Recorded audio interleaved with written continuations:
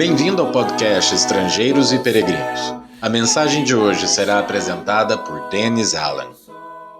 Deus é cego e surdo. O autor de Salmo 94 clamou a Deus por justiça. Principalmente, reclamou do poder de pessoas corruptas e violentas que oprimiam o povo do Senhor. Ele disse em Salmo 94, versos 5 a 7, esmagam o teu povo, Senhor, e oprimem a tua herança. Matam a viúva e o estrangeiro e aos órfãos assassinam.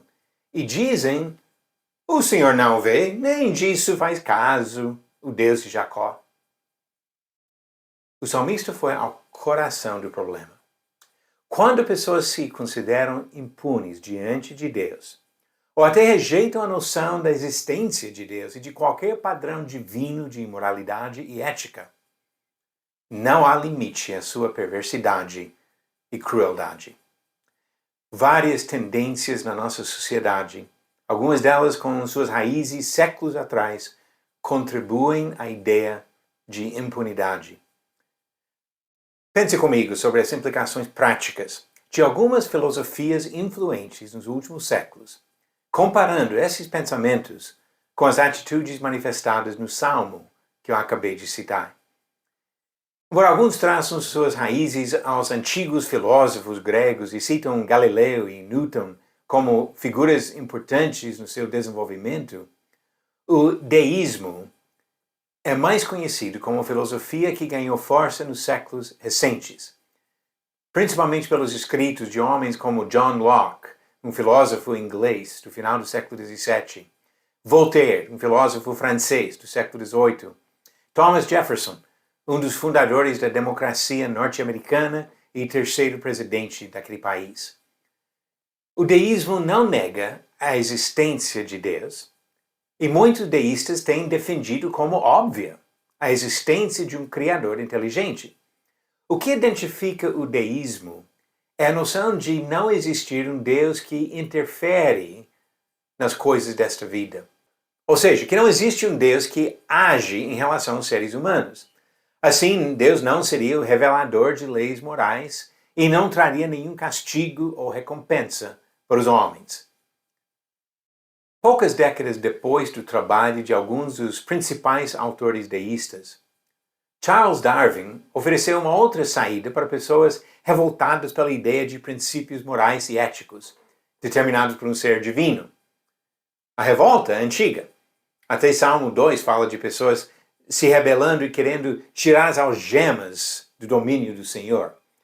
Mas Darwin apresentou uma teoria, a teoria da evolução, que se tornou a explicação aceita por muitos cientistas e filósofos. Ele ofereceu um mecanismo para os seres humanos se acharem livres de qualquer imposição divina. Se somos produtos de processos naturais, não há um ser superior que nos governa. Ao longo dos últimos séculos, boa parte do mundo tem se tornado cada vez mais secular, voltado às coisas deste mundo e deste tempo, ao invés de ser preocupado com questões eternas e celestiais. Qualquer noção de um envolvimento divino acaba sendo empurrado mais e mais longe das realidades do dia a dia. Muitos governantes evitam ou até proíbem a consideração de qualquer princípio da lei divina, acreditando nos moldes da democracia, que o próprio povo determina o que é certo ou errado, ou o próprio governante determina certo e errado. Desta maneira, governos e os povos por eles guiados se tornam cada vez mais tolerantes de todo tipo de conduta imoral. Pesquisadores podem determinar que a principal causa da mortalidade infantil entre um povo indígena da Amazônia é a prática cultural de mães matarem seus próprios filhos quando nascem com defeito, ou do sexo indesejado. E assim, órgãos do governo brasileiro conseguem fechar os olhos e negar proteção para essas crianças. E as pessoas cultas e civilizadas que leem jornais falando sobre essas atrocidades podem até achar uma barbaridade inadmissível, mas precisam encarar a realidade de que 97 países representando 2/3 da população mundial, recusam proteção à vida de uma criança antes do nascimento, permitindo aborto legalizado. Juntando os abortos legais com os ilegais, estima-se um total atual de 126 mil abortos por dia no mundo. Ou seja, para 46 milhões de crianças é negado o direito de nascer a cada ano. Por quê? Porque a opinião popular apoia tal prática e não se preocupa com qualquer noção de princípios morais revelados por um Criador. Poderíamos acrescentar exemplos de maus tratos aos pobres, corrupção de líderes do governo, violência desenfreada. Precisamos ouvir a resposta do mesmo salmista quando ele apresentou aquela questão. Será que Deus não ouve? Será que Deus não vê? O salmista disse, Salmo 94, começando no verso 8, Atendei, ó estúpidos dentre o povo, e vós insensatos, quando sereis prudentes?